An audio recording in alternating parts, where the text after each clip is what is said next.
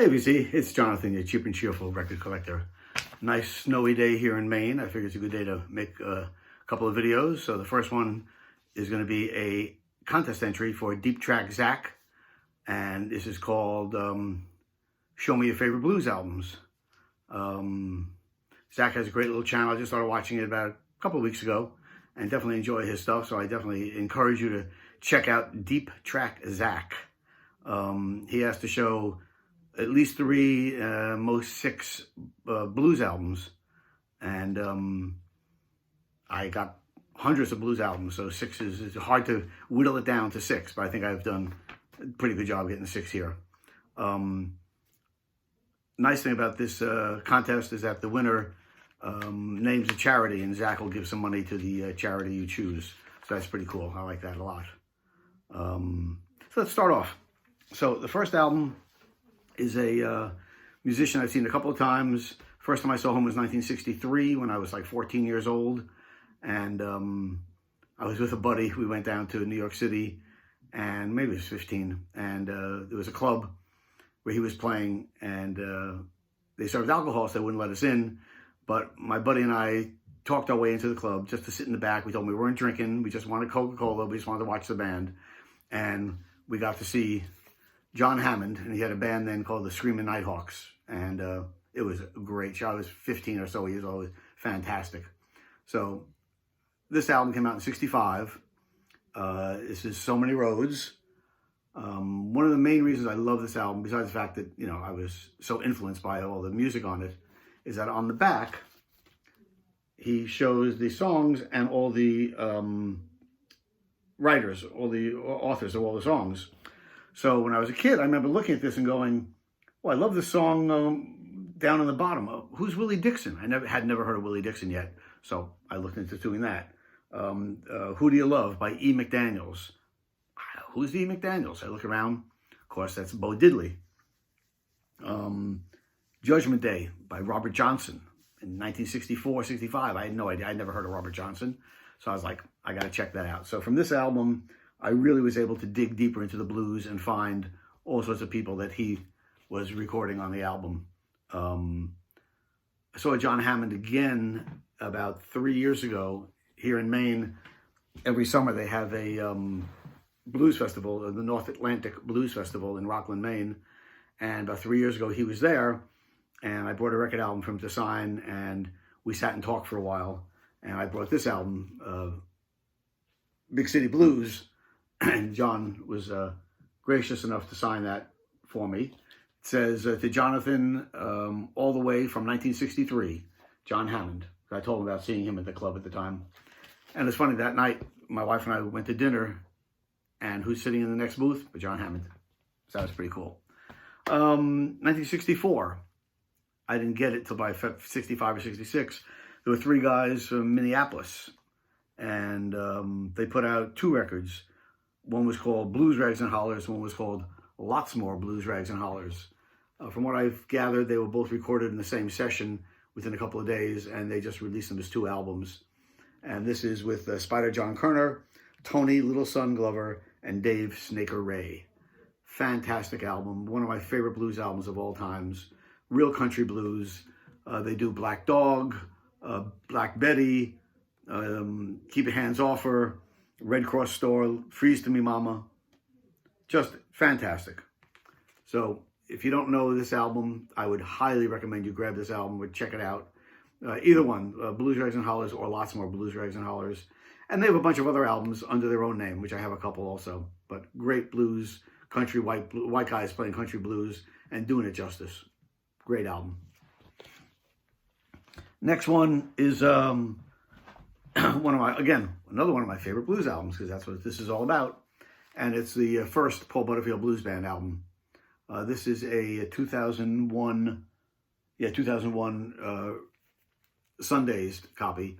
I got sick of waiting, trying to find an original that wasn't destroyed. So I decided to go for the Sundays copy, and it sounds fantastic. This band, has Elvin Bishop, Mike Bloomfield, Jerome Arnold, Sam Lay, Mark Knapflin, and Paul Butterfield. Fantastic. I got to see 1965 Newport Folk Festival, got to see the Paul Butterfield Blues Band. They used to have a thing where during the day, they had two shows. They had day concerts and a big night concert. So during the day, you'd pay $2.50. You go into this big open field, maybe 10, 12, 15 acres. And they had stages set up around the field.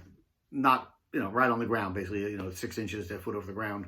And they'd have a topical song stage, a bluegrass stage, this and that stage, And behind the main stage, one time they had a blues stage.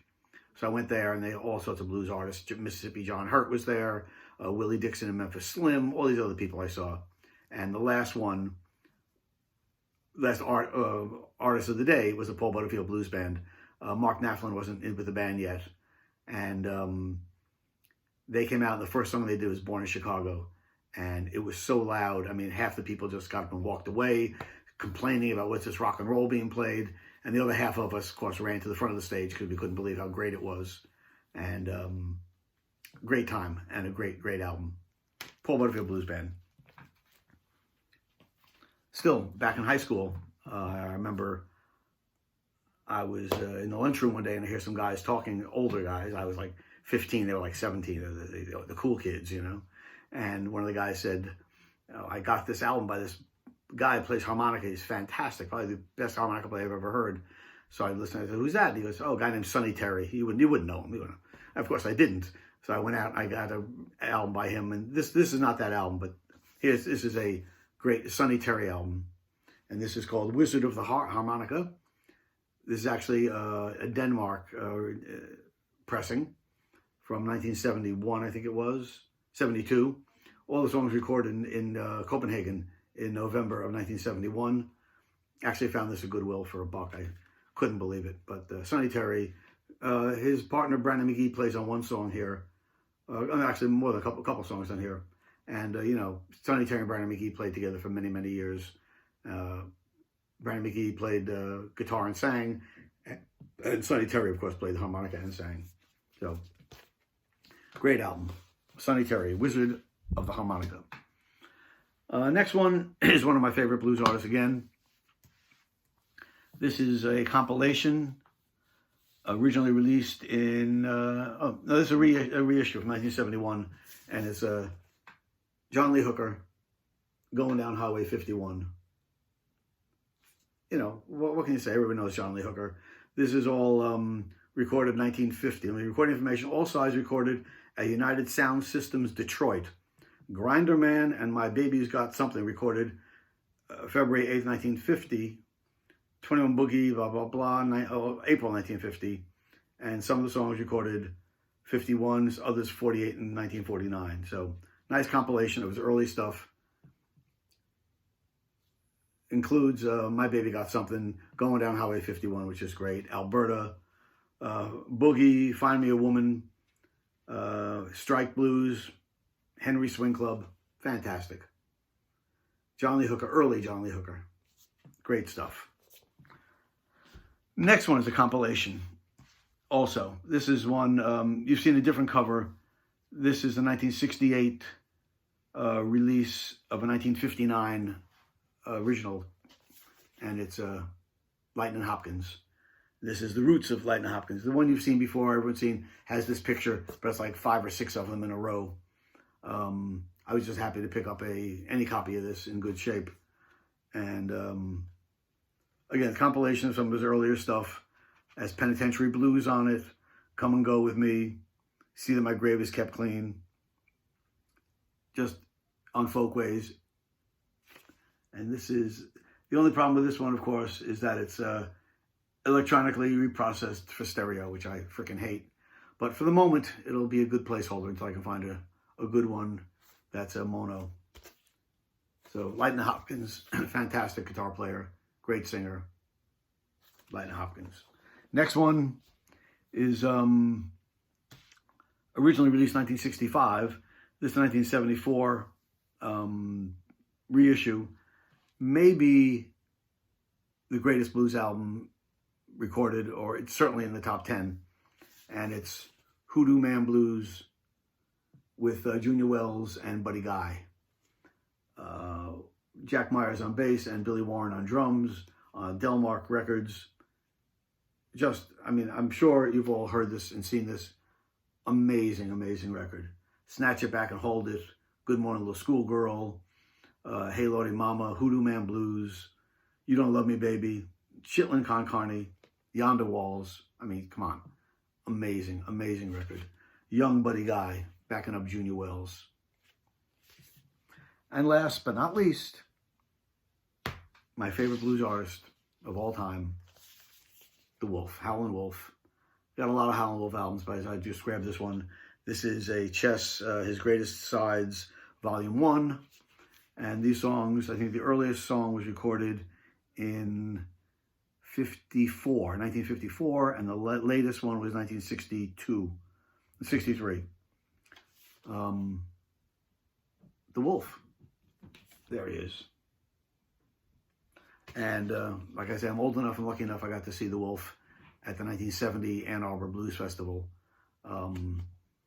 My recollection, I don't know if this, a lot of things going on in 1970 in the summertime, but from my recollection was that he drove a Harley Davidson motorcycle up on the stage, revved it up a couple times, got off the bike, and the band broke into I'm Built for Comfort, I Ain't Built for Joy, I'm built for Comfort. And just took the audience over. It was a fantastic, fantastic show. On this album, he has all his classics: 300 Pounds of Joy, Backdoor Man, Wang Dang Doodle, I Ain't Superstitious, Evil, Spoonful, Red Rooster, Smokestack Lightning, Sitting on Top of the World. Got it all. Fantastic. Chess Records. The Wolf. So that's my entry into Deep Track Zach's contest.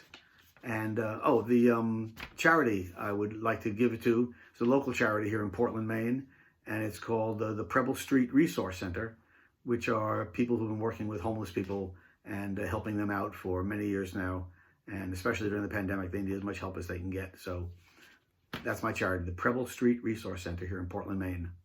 Okay, hey, thanks for watching. Tune into Deep Track Zach, check his channel out, and until next time, peace.